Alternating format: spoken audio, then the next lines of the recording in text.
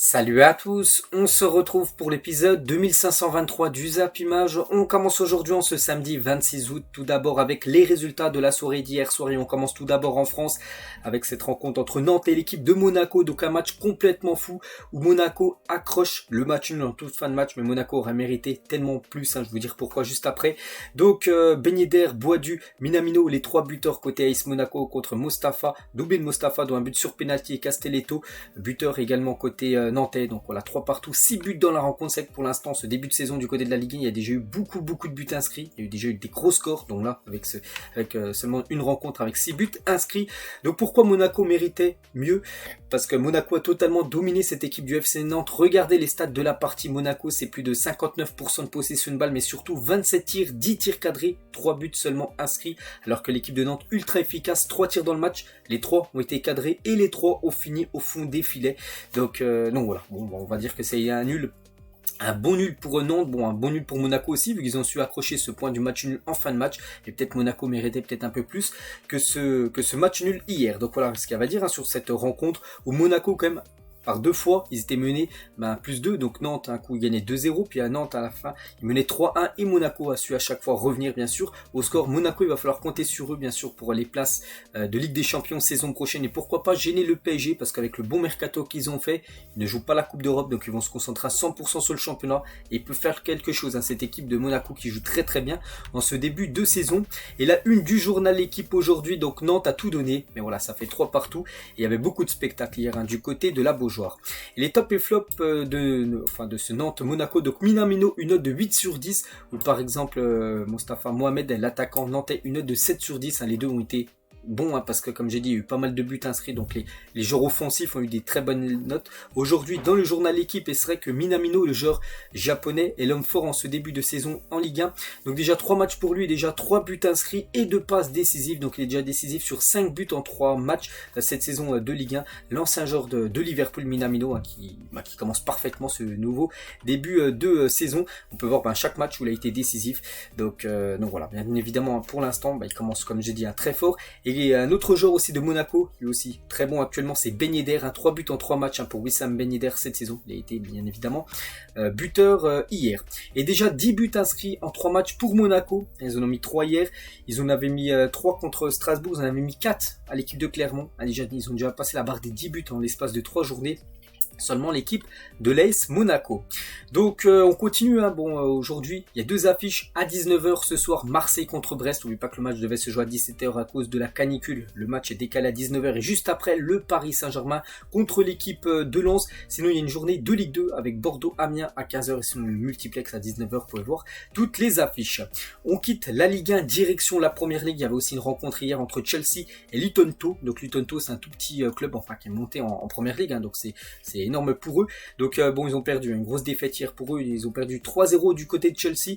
Donc Chelsea, les 2 buteurs, Sterling doublé et Nicolas Jackson, l'ancien joueur de Villarreal, c'est lui qui a inscrit le 3e et dernier but de cette rencontre. Donc parfait pour Chelsea. Donc les stats de la partie, Chelsea 19 tirs, 8 tirs cadrés et 3 buts. Donc l'équipe de Luton Town seulement une frappe cadrée qui n'a pas fini au fond des filets. Donc c'est compliqué en ce début de saison pour l'équipe promue. Et Chelsea, les gars, gagne à domicile. Donc c'est la première fois qu'ils gagnent à domicile depuis le 7 mars. On est quand même fin août, ils n'avaient plus gagné à domicile en championnat depuis le 7 mars dernier. Donc voilà, c'est un événement du côté de Chelsea, bien sûr, cette victoire 3-0 hier. Et on va parler de l'homme du match, c'est bien évidemment Sterling, parce qu'il est décisif sur les 3 buts. Donc il a inscrit 2 buts et il a délivré une passe D. Voilà, une passe D pour le but de Nicolas Jackson. Un gros match de la part de Raheem Sterling. Et à noter aussi que Malo Gusto, l'ancien joueur de Lyon, qui arrivait du côté de Chelsea alors sur ce mercato, alors que ça avait été officialisé, on se souvient, en janvier dernier. Donc vu qu'il remplace Reece James qui est actuellement blessé, donc doublé de passes décisives pour Malo Gusto à Raheem Sterling à la 17e, à la 69e minute de jeu. Et concernant Nicolas Jackson, donc lui il a inscrit son premier but avec Chelsea en Première Ligue, donc on le félicite, ça qu'hier tous les voyants étaient au vert du côté des Blues de Chelsea. À noter aussi le gros match de la part de Enzo Fernandez, la grosse recrue, le champion du monde argentin qui est arrivé en janvier dernier. Il a fait une grosse partie hier contre l'équipe de Luton Town. Le programme aujourd'hui, donc à 13h30, Bournemouth contre Tottenham. Il y aura Arsenal-Fulham, c'est un derby. Brentford, Crystal Palace, Everton, Wolverhampton, Manchester United, Nottingham Forest et Brighton contre West Ham cet après-midi à 18h30. Donc on parlera bien sûr de tous ces résultats demain. Direction l'Espagne, il y avait aussi un match hier, enfin même deux, mais voilà, un gros match avec le Real Madrid qui jouait contre le Celta Vigo et le Real Madrid s'est imposé 1-0. Petite victoire, mais de nouveau une victoire pour le Real Madrid. Le Real Madrid, les gars, commencé avec les trois matchs à l'extérieur. Le prochain match, ils joueront enfin à domicile, ce sera samedi prochain contre l'équipe de Retafe à 16h15. Donc là, pour leur troisième match d'affilée à l'extérieur, de nouveau une victoire. Petite victoire, Bellingham. L'unique buteur du match, Jude Bellingham, les gars, il nous fait un début de saison énorme. On peut voir les statistiques de la partie pour revenir sur Jude Bellingham.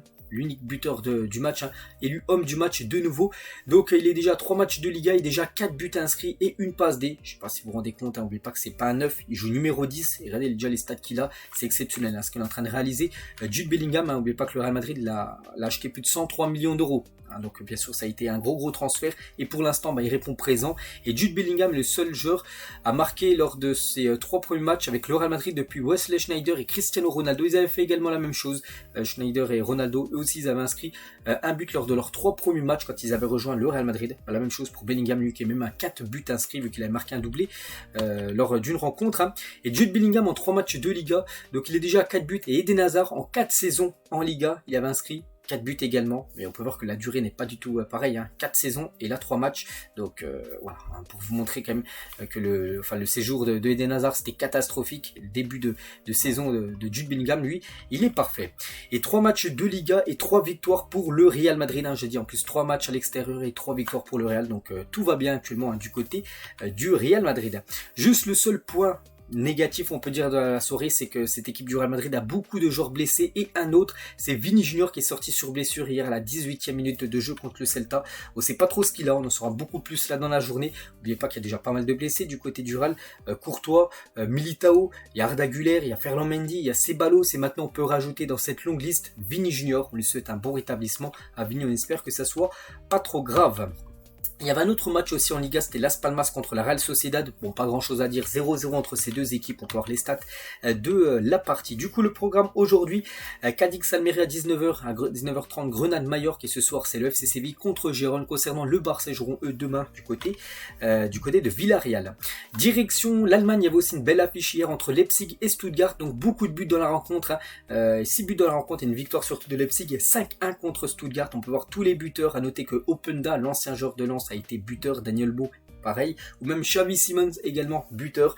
Donc pourtant l'équipe de Stuttgart menait à 0. Bon, après Leipzig, les gars, sur une période ils ont passé en mode rouleau compresseur, ils leur ont passé 5 buts en l'espace de 25 minutes, puis voilà, le match était plié. Donc les stats de la partie, plus de 20 tirs, 11 tirs cadrés pour Leipzig, 5 buts inscrits, donc très efficace les attaquants du RB Leipzig. Et Openda n'a pas eu besoin d'un temps d'adaptation en Bundesliga. Première journée il a été buteur contre Leverkusen, deuxième journée il a été buteur hier contre Stuttgart, déjà 2 buts pour lui en 2 journées du côté de ce nouveau club de Leipzig. La même chose pour Xavi Simons qui a inscrit hier son premier but. Il a délivré également une passe décisive lors de cette rencontre hier, donc parfait aussi pour Xavi Simons. N'oubliez pas qu'il a parti en PSG prêté à l'équipe allemande. Au programme aujourd'hui en Allemagne, donc Dortmund à 15h30 ira défier l'équipe de Bochum, Cologne contre Wolfsburg, Union Berlin contre Darmstadt, Gladbach contre Leverkusen, c'est à 18h30 concernant le Bayern Munich que ils joueront demain. Du côté de l'Italie, il n'y a pas eu de match hier, mais ça joue aujourd'hui. Frosinone, Atalanta, Monza, Empoli, AC Milan, Torino, même Hellas Vérone, AS Roma. On peut voir aussi 2 affiches du côté du championnat néerlandais. Donc voilà, dans les gros championnats en Europe, ce qui s'est passé hier et les matchs du jour. On prend la direction de l'Arabie Saoudite. On va parler d'une rencontre, c'est l'équipe de Cristiano Ronaldo, mais pas que là c'était leur 3e match de championnat. Leurs 2 premiers matchs, ça a été 2 défaites, donc là ils devaient absolument s'imposer et ils se sont imposés, en plus avec une grosse victoire. Du côté de Al Fateh, une victoire 5-0, une manita pour l'équipe de Cristiano Ronaldo. Donc 2 buteurs, 2 joueurs stars en plus, Cristiano Ronaldo triplé et Sadio Mané doublé. Voilà, donc voilà, duo, on va dire connexion sénégalaise, portugaise, bien sûr, du côté de Al Nasser. Donc les stats de la partie, plus de 23 tirs, 7 tirs cadrés pour Al Nasser, 5 buts inscrits, très efficace. Bon, le gardien de Al Fateh a eu beaucoup de mal hier contre les grands joueurs de Al Nasser. Et on va parler bien sûr de Cristiano Ronaldo avec son triplé, 38e, 55e et 90 plus 6 minutes de temps additionnel. Ça a été les 3 buts de Ronaldo, enfin les minutes où il a inscrit bien sûr ces 3 buts là. Et son nouveau triplé, parce qu'il en a inscrit, c'est pas le premier qu'il inscrit bien sûr dans sa carrière, c'est déjà son 63e triplé en carrière, que ça soit en sélection, en club, peu importe. Donc voilà, le légendaire bien sûr CR7. Donc il a marqué 3 buts et aussi une passe décisive pour Sadio Mané. Donc voilà, gros match décisif sur 4 et des 5 buts inscrits. Hier, Cristiano Ronaldo, il y en a qui le considèrent comme finito. Bon, regardez avec des stats comme ça, bien sûr, il n'est pas finito, même si en face, ça peut-être que c'est Alphatez, c'est pas une équipe, une énorme team, bah il est toujours présent quand même, Cristiano Ronaldo. Et on peut voir que sur 10, par rapport sur les applications, il a obtenu un de 9 points, enfin 9.8 sur 10. Voilà, pour vous dire que c'était quasiment le match parfait pour le légendaire CR7 et un record pour lui, parce qu'il devient le premier joueur de l'histoire à marquer en championnat durant 21 saisons consécutives, parce que là c'est ses premiers buts, il n'avait pas marqué lors des 2 premiers matchs en championnat, puis là il a marqué donc lors des 21 derniers championnats, que ce soit en Arabie Saoudite, au Portugal, en Espagne ou même en Angleterre où il a pu évoluer, ou même en Italie, à chaque fois il a été au moins buteur une fois, donc voilà, jamais un joueur dans l'histoire du football avait réalisé cette performance, donc Ronaldo l'a fait, et Ronaldo est le deuxième meilleur buteur de l'année 2023, si on prend les buts depuis janvier, c'est le deuxième meilleur buteur avec 27 buts. Cristiano Ronaldo, il y a juste Erling Haaland qui a marqué plus de buts, 29 que le Portugais. Et l'autre buteur, c'est Sadio Mané, lui doublé pour Sadio Mané, donc félicitations bien sûr à lui. Et à noter la réaction de Sadio Mané quand il rencontre le jumeau de son coéquipier dans l'équipe adverse. Bon, je sais pas comment il s'appelle, donc je vais pas dire un nom alors que je sais pas, mais on peut voir qu'il a rencontré. Puis en gros, Mané il s'est dit mais c'est mon coéquipier, et maintenant c'est un joueur de l'équipe adverse, donc c'est vrai qu'ils se ressemblent beaucoup. Regardez les 2 joueurs en bas de la photo. Et du coup avec cette victoire, l'équipe de Al Nassr remonte un peu au classement, ils étaient 16e avant le match, donc ils remontent à la 10e position avec 3 points pris, vu que 3 points sur 9 possibles, vu qu'ils ont gagné, ils avaient perdu leurs 2 derniers matchs. Donc Al-Ittihad et Al-Ali sont les 2 équipes en tête avec 9 points pris sur 9 possibles. Voilà ce qu'il y avait à dire dans les rencontres hier. Maintenant on passe à la une du journal L'équipe aujourd'hui. Il y avait une sur Nantes tout à l'heure, il y a une aussi sur l'Olympique de Marseille en ordre d'attaque aujourd'hui. En une du journal L'équipe par rapport à ce match Marseille-Brest imprévu ce soir à 19h. Et du côté de Marseille, ce soir, certainement avant le match, ils vont présenter leur nouvelle recrue. Ça a été fait très rapidement, l'espace de 48 heures. Première rumeur est déjà officialisée. C'est Joaquin Correa, il s'est officiel, est un nouveau joueur de l'Olympique de Marseille.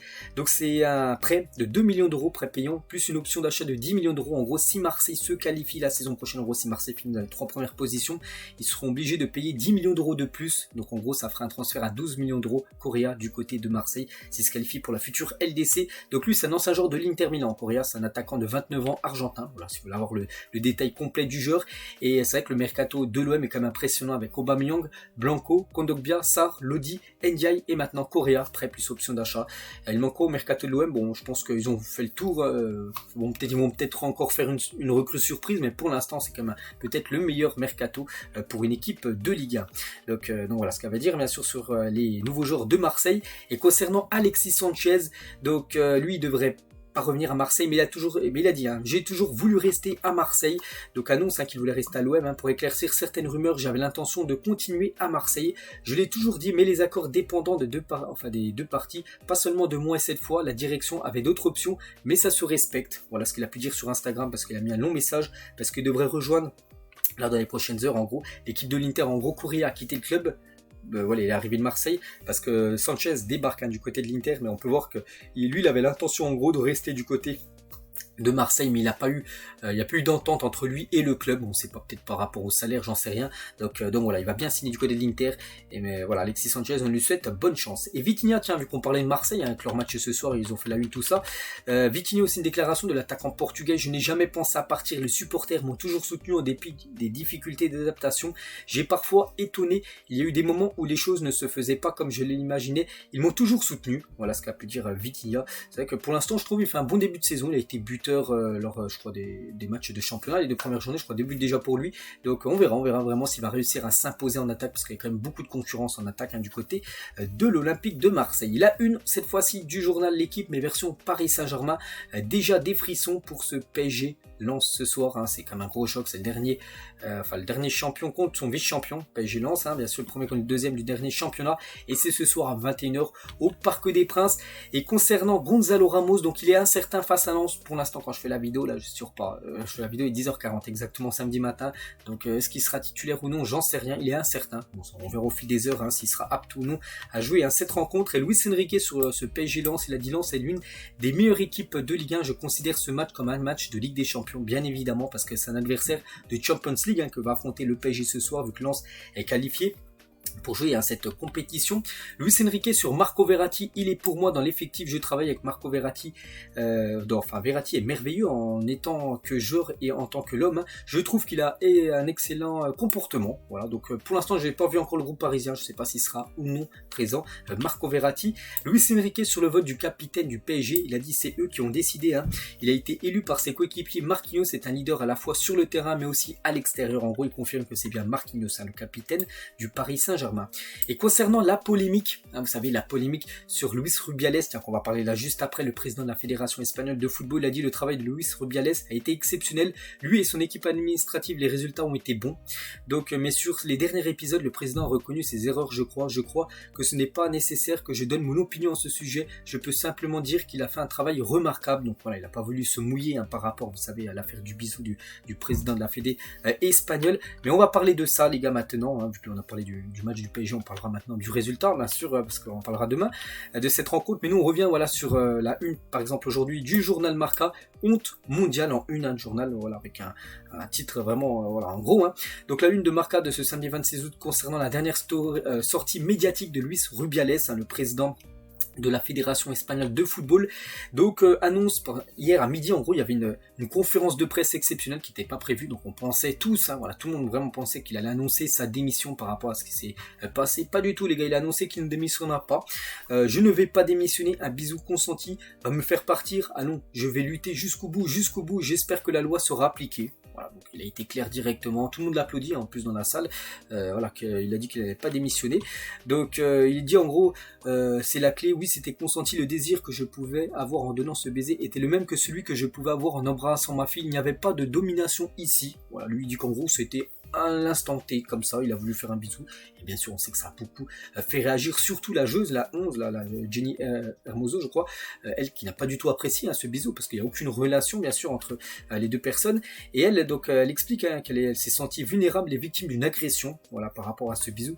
Donc elle a dit je ressens le besoin de dénoncer ce qui s'est passé, car je considère qu'aucune personne dans n'importe quel environnement professionnel, sportif ou social ne doit être victime de ce type de comportement non consenti. Je me suis senti vulnérable et victime d'une agression, un acte impulsif, machiste, déplacé et sans aucun type de consentement de ma part. Je n'ai tout simplement pas été respecté. Voilà ce qu'elle a pu dire en communiqué officiel, Jenny Hermoso, par rapport à ce bisou. Et malgré ça, voilà, le président de la Fédé n'a pas voulu démissionner. Pour lui, c'était quasiment normal. Pour lui bien sûr, et bien sûr ça a beaucoup fait réagir, qu'il n'a pas voulu démissionner, comme le légendaire Iker Casillas, un gardien légendaire espagnol. J'ai honte pour toi, bien sûr ce message est visé pour Luis Rubiales. La même chose pour David De Gea, également joueur espagnol. J'ai les oreilles qui saignent quand il a entendu tout simplement Rubiales annoncer qu'il ne démissionnerait pas. La même chose pour Hector Bellerin, voilà, notre joueur espagnol. C'est vraiment honteux ce qui se passe, représenter notre pays avec cette vulgarité, déformer les propos de la victime, et en plus avoir le courage de la blâmer. Le narcissique ne croit jamais avoir commis une erreur. Voilà, donc lui aussi bien sûr, il trouve que c'est honteux, bien sûr.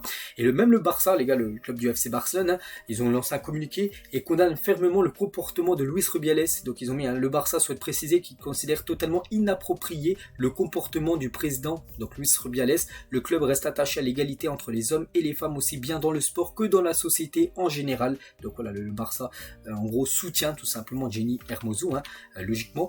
Tony Estanguet, aussi patron du comité d'organisation des Jeux Olympiques de Paris, il a mis ce qui s'est passé, donc le baiser là de Rubiales, est choquant, nous ne voulons pas que cela se reproduise, il y aura donc au JO des solutions pour mettre en garde, pour signaler tout comportement inapproprié. C'est vrai que ça a beaucoup fait réagir, et même le joueur espagnol, Borja Iglesias, a annoncé donc dans l'après-midi hier après-midi, qu'il ne rejouerait pas avec la sélection espagnole tant que Rubiales sera à la tête de la fédération. Il y en a plein qui boycottent en gros maintenant la sélection espagnole, comme lui Iglesias, il a appelé là par Luis de la Fuente, en gros pour les prochains matchs là d'Espagne, en gros il ne viendra pas, parce que tant que ça sera Rubiales le président, il ne jouera plus avec l'Espagne. Javier Tebas, donc lui c'est le président de la Liga, c'est pas pareil, il y a le président de la Liga, le président de la Fédération espagnole de football. Donc lui il a dit, la liste des femmes et des hommes offensés ces dernières années par Luis Rubiales est trop longue, cela doit cesser. Lui aussi bien sûr contre Luis Rubiales. Et les joueuses, qui viennent de remporter la Coupe du Monde, les joueuses espagnoles, elles soutiennent toutes Jenny Hermoso, leur coéquipière, annonce qu'elles ne joueront pas tant que le président Luis Rubiales ne démissionne pas, c'est-à-dire que leur prochain match, je sais pas c'est quoi, peut-être, j'en sais rien ce qu'elles joueront, en gros elles ne joueront pas, elles ne viendront plus en sélection tant que le président n'aura pas démissionné. Donc là il est vraiment sur le fait accompli, hein, vraiment la pression elle est énorme sur le président, donc il n'a pas voulu démissionner hier. Bon, on verra ce que ça va donner là dans les prochains jours, mais vraiment ça a beaucoup fait parler bien sûr cette histoire. Donc voilà ce qu'elle va dire bien sûr sur ça. On continue, on va parler d'un accord total entre Monaco et Arsenal pour le transfert de Balogun. C'est quasiment fait, here we go. Hein. Donc montant du transfert 30 millions d'euros plus 10 millions de bonus. Donc ça pourrait être officialisé là dans le week-end Monaco, hein, qui marque déjà pas mal de buts. J'ai dit 10 buts en l'espace de 3 matchs avec Ben Yedder, Minamino en feu. Mais maintenant ils vont bientôt accueillir Balogun qui devrait également débarquer. Le deal Cancelo n'est pas en danger du côté du Barça. Le joueur signera bien au FC Barcelone dans les derniers jours du mercato. Voilà, ça va peut-être prendre un peu plus de temps que prévu normalement. On avait annoncé l'annonce officielle jeudi, donc avant-hier. Du coup, ça devrait être plutôt dans les derniers jours du mercato, mais ça devrait bien se faire Cancelo du côté du FC Barcelone.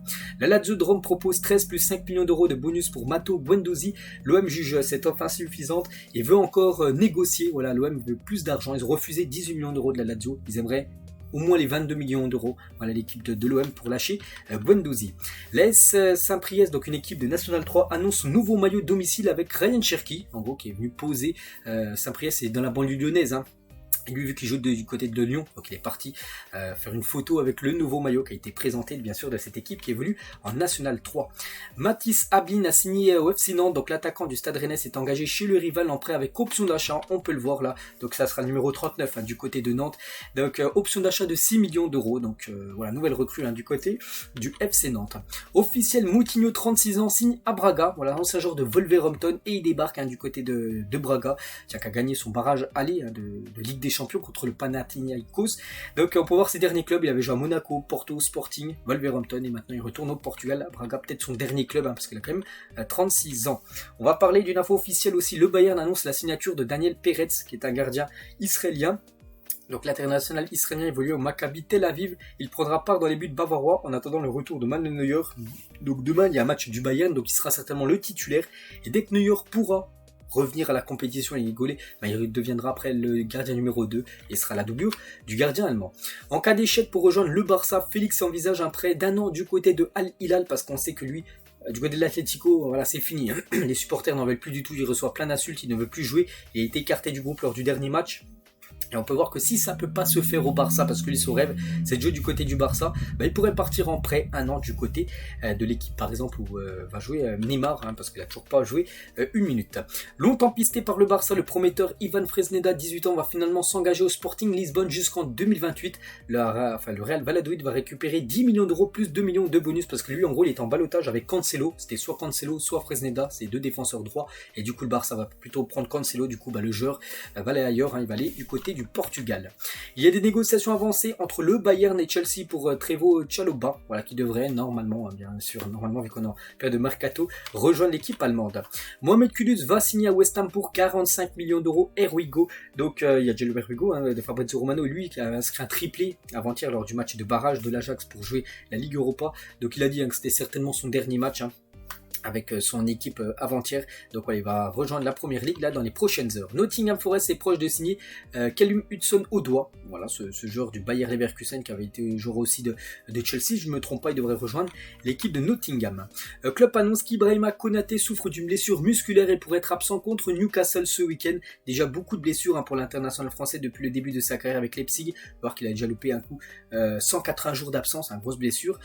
Blessure aussi à la cheville, 49 jours d'absence, avec Liverpool une blessure au genou, une blessure musculaire, on peut voir à chaque fois les jours d'absence, puis là nouvelle blessure pour le défenseur français, c'est peut-être dire que Deschamps jeudi va dévoiler sa liste de l'équipe de France. On peut penser, voilà, c'est quasiment sûr, qu'il sera forfait pour le prochain rassemblement. Logan Paul et KSI signent un partenariat avec Haaland pour la promotion de leur boisson énergisante Prime. Au cours des derniers mois, les deux youtubeurs ont également annoncé des collaborations avec Arsenal, le FC Barcelone et le Bayern Munich, et maintenant avec le légendaire attaquant Erling Haaland, ils sont en partenariat avec lui. Lille a rejeté une offre de 5 millions d'euros de Sunderland pour Alan Virginius. Voilà, donc Sunderland le voulait, mais Lille a refusé. 5 millions, c'est trop peu. Officielle révélation de la dernière Coupe du Monde, Dominik Livakovic signe au Fenerbahçe pour 10 millions d'euros. Donc il remplace Bayindir, hein, le gardien actuel du Fener, lui qui va être la doublure de André Onana du côté de Manchester United. Donc voilà, il fallait un remplaçant du côté du Fener, bah, c'est lui les gars. On se souvient de sa magnifique Coupe du Monde hein, contre surtout le Brésil, hein, où il avait été énorme lors de la séance des tirs au but lors du dernier mondial. Donc voilà, 10 millions d'euros qu'a déboursé le Fenerbahçe au Dynamo Zagreb pour faire venir le gardien croate. Et là on peut voir tous les autres joueurs hein, qui sont débarqués hein, du côté du Fener qui a fait un gros mercato. Lyon a formulé une offre de 12 millions d'euros pour le milieu de terrain. Guido Rodriguez, le champion du monde argentin de 29 ans, est d'accord pour venir du côté de Lyon. Donc ça aussi c'est un transfert qui pourrait potentiellement là se faire très rapidement. Mason Greenwood pourrait changer de nationalité. La mère de celui qui compte une seule sélection avec l'Angleterre est jamaïcaine. Le joueur pourrait donc être sélectionné avec la Jamaïque dès la prochaine trêve internationale. Puis il se dit aussi que du côté de l'Angleterre, voilà, peut-être que c'est fini parce qu'avec ce qui s'est passé dans le passé avec lui, les problèmes avec la justice, tout ça, en gros, bah, l'Angleterre, les sélectionneurs ne l'appellera jamais, donc c'est pour ça peut-être qu'il va choisir maintenant de représenter tout simplement la Jamaïque. Mason Greenwood. Steven Nzonzi va rebondir en Turquie, libre depuis son départ d'Al Rayyan au Qatar. Le champion du monde 2018 va signer un an à Konyaspor. Officialisation imminente, voilà. Pour Nzonzi, hein, du côté de Konyaspor. Des nouvelles de Lukaku. Lukaku, hein, depuis 2 semaines, j'avais vu une info qui s'entraîne avec le U23 de Chelsea. Hein, même pas l'équipe pro. Regardez, Chelsea a joué hier. Lukaku n'a pas joué. Hein, donc voilà, il appartient à Chelsea. Donc il a été proposé au Barça, mais il n'est pas une option pour le club Blaugrana. Hein, le Barça dit non là, pour Lukaku. Mais un club serait très intéressé et je pense qu'il signera bien dans ce club-là. C'est en Italie, c'est l'AS Roma, les gars, qui souhaitent acquérir Romelu Lukaku sous forme de prêt. Chelsea est ouvert à cette proposition et le joueur est ok. Il pourrait travailler avec José Mourinho. Donc voilà, peut-être Lukaku, futur attaquant de l'équipe de l'AS Roma. Le Brésilien André Santos, un jeune joueur de Chelsea, qui a été recruté il y a quelques jours, est prêté à Nottingham Forest. Voilà, ce joueur est prêté dans un autre club pour qu'il puisse avoir du temps de jeu, parce qu'à Chelsea il aurait très peu joué. Officiel, Marc-André Ter Stegen prolonge sa belle histoire avec le Barça jusqu'en 2028. Ce gardien légendaire, hein, peut-être actuellement le meilleur gardien au monde avec tous les arrêts qu'il fait. N'oubliez pas qu'il a fait énormément de clean sheets la saison dernière. Il a déjà 2 clean sheets en 2 matchs avec le Barça. Et Ter Stegen renouvelle son contrat avec Barcelone jusqu'en 2028. Il est le dernier homme debout de leur équipe triplé gagnante de 2015. C'est-à-dire ils avaient fait le triplé championnat, Coupe du Roi et Ligue des Champions en 2015. Il était titulaire lors de la finale de 2015, victoire contre la Juve. Sinon tous les autres joueurs ont quitté bien sûr le Barça depuis. Donc il y avait Neymar, il y avait Messi, il y avait Rakitic, il y avait Busquets, il y avait Iniesta, il y avait Suarez, même Alba. Voilà, ils ont tous quitté le Barça à part bien sûr Ter Stegen qui est encore présent. Il pourrait même aller jusqu'en 2028 hein, vu que c'est son nouveau contrat. Tierna, la Real Sociedad, Erwigo. Donc accord verbal entre Arsenal pour un prêt sans option d'achat pour le défenseur écossais du côté de la Liga. Jeffrey Nadalid intéresse l'équipe de Lorient. Voilà, donc bon, rien à rajouter de plus hein, peut-être pour lui. Direction Lorient. Il pourrait quitter Lyon là dans le week-end. Manchester City devrait revenir avec une nouvelle offre pour Matheus Nunes. Ils ont déjà fait une offre hein, d'à peu près 53 millions d'euros. Ça a été refusé par Wolverhampton et du coup City devrait revenir avec une nouvelle offre améliorée, peut-être j'en sais rien, 60 millions d'euros pour essayer de s'offrir hein, le milieu portugais. L'OM veut obtenir le retour d'Eric Bailly, un Bailly qui avait été joueur de l'OM après il est retourné à Manchester parce qu'il appartenait à Manchester et Marseille aimerait de nouveau se le faire prêter pour là, cette nouvelle saison du côté de Manchester. Hein, de toute façon il n'est pas du tout dans les plans de Eric Ten Hag. Angel Di Maria sur l'arrêt d'Emiliano Martinez en finale de Coupe du Monde. Voilà, cet arrêt bien sûr que tout le monde se souvient. Je ne veux même plus revoir ça, même pas en photo. Je ne sais pas comment Dibu, donc Martinez a sauvé cette balle. Nous avions Dieu à nos côtés, c'était notre moment. C'est vrai que pour l'Argentine c'est magnifique, pour la France c'est tellement cruel, surtout qu'on est à 122 minutes de temps de jeu. Normalement il y a 120 minutes hein, avec la prolongation. Prolongation, il y a 122 minutes, c'est les dernières secondes. On était à 2 doigts d'avoir notre 3e étoile. Il y a eu cet arrêt qui restera dans l'histoire tout simplement du football. L'Arabie Saoudite est obsédée par la signature de Mohamed Salah. Il juge l'Égyptien comme étant le joueur le plus célèbre du monde arabe. Les Saoudiens sont prêts à dépenser autant d'argent qu'il le faudra pour le recruter. Bon après du côté de Liverpool ils ne souhaitent pas du tout le lâcher. Mais bon du côté de l'Arabie, surtout l'équipe de Al-Ittihad, ils le veulent absolument tout simplement Salah. Ils pourraient même lui proposer plus que Cristiano Ronaldo en termes d'argent. Ronaldo c'est le sportif, tout sport confondu, le mieux payé au monde, donc il pourrait devenir le sportif le mieux payé de la planète. Mohamed Salah s'il venait à rejoindre l'équipe de Al-Ittihad. Accord Philippe Coutinho avec l'équipe de Al-Douaï, donc c'est le champion du Qatar, voilà, en plus qu'affrontera je crois l'équipe de Al-Nasser en phase de poule hein, de la Ligue des Champions asiatique. Donc le club qatari doit désormais s'entendre avec Aston Villa pour un transfert cet été. Voilà, bon, peut-être une porte de sortie hein, pour Philippe Coutinho. De toute façon, depuis son départ de Liverpool, les gars, ça a été le flop total, on peut dire, la suite de sa carrière. Et on finit, les gars, avec le légendaire Kevin De Bruyne, blessé toujours actuellement, hein, mais il a dévoilé le top 3 actuel des meilleurs attaquants selon lui. Donc il a mis en première position son copain, son collègue en attaque, hein, Erling Haaland. Deuxième position, Vini Junior. Et troisième position, Kylian Mbappé. Voilà les meilleurs attaquants pour Kevin De Bruyne actuellement. Et on finit avec ça. J'espère que ça vous a plu, hein, cet épisode. Donc on se retrouve demain, bien évidemment, pour le prochain numéro. Je vous souhaite un bon samedi et à demain.